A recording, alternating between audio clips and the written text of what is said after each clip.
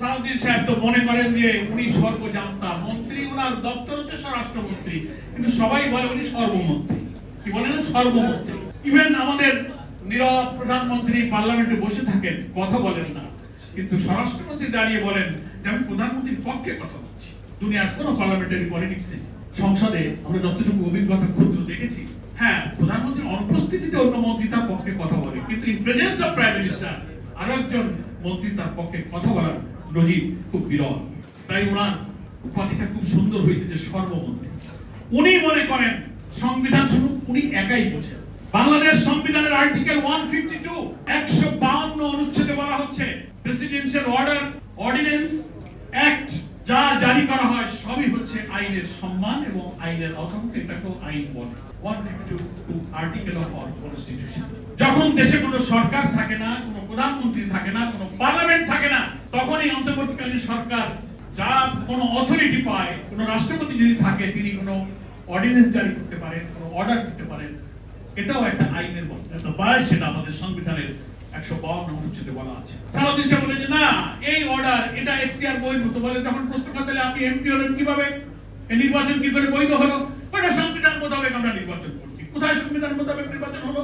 বিদ্যমান সংবিধান যেটা আছে সেই সংবিধান অনুযায়ী নির্বাচন হতে গেলে লাস্ট ইলেকশন হয়েছে 2024-এ, নাকি বলেন? তাহলে সংবিধানে 5 বছর পর পর নির্বাচনের বিধান আছে, তাহলে 24-এর পরে 5 বছর হলে কত সালে হইতে পারে? 29 সালে হতে হতো। মাননীয় স্বরাষ্ট্রমন্ত্রী আপনি 26-এ ইলেকশন করলেন কেন? What is the legal base of this election? Legal base হচ্ছে 2025-এর 13ই নভেম্বরের প্রেসিডেন্সিয়াল অর্ডার।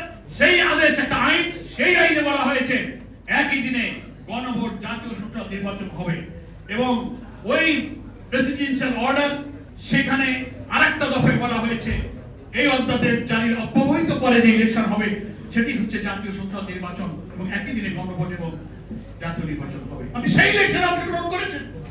আপনি যদি এই আদেশের ভিত্তিতে অনুষ্ঠিত জাতীয় নির্বাচন গণভোটকে অস্বীকার করেন, তাহলে আপনার মন্ত্রিত্ব নাই, সংসদ নাই, সরকার নাই, সবই নাই। কিসের ভিত্তিতে দাঁড়িয়ে কথা বলছেন?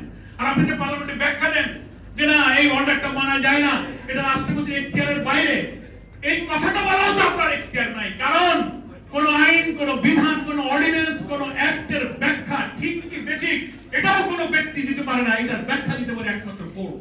কোর্ট বলবে। কোর্ট যদি বলতো যে এই প্রেসিডেন্সিয়াল অর্ডার 2025 13ই নভেম্বর যেটা হয়েছে এটা সঠিক নয়, এটা আমরা মানতাম। কোর্ট তো আইনের ঠিক কি বেঠিক, ভুল কি ব্যাখ্যা, এটা দায়িত্ব হচ্ছে কোর্টের। কোনো ব্যক্তির ব্যাখ্যা দিতে পারে না অ্যাকর্ডিং টু আওয়ার কনস্টিটিউশন। আপনি দাঁড়িয়ে ব্যাখ্যা দিচ্ছেন যে এটা সংবিধানের নাই।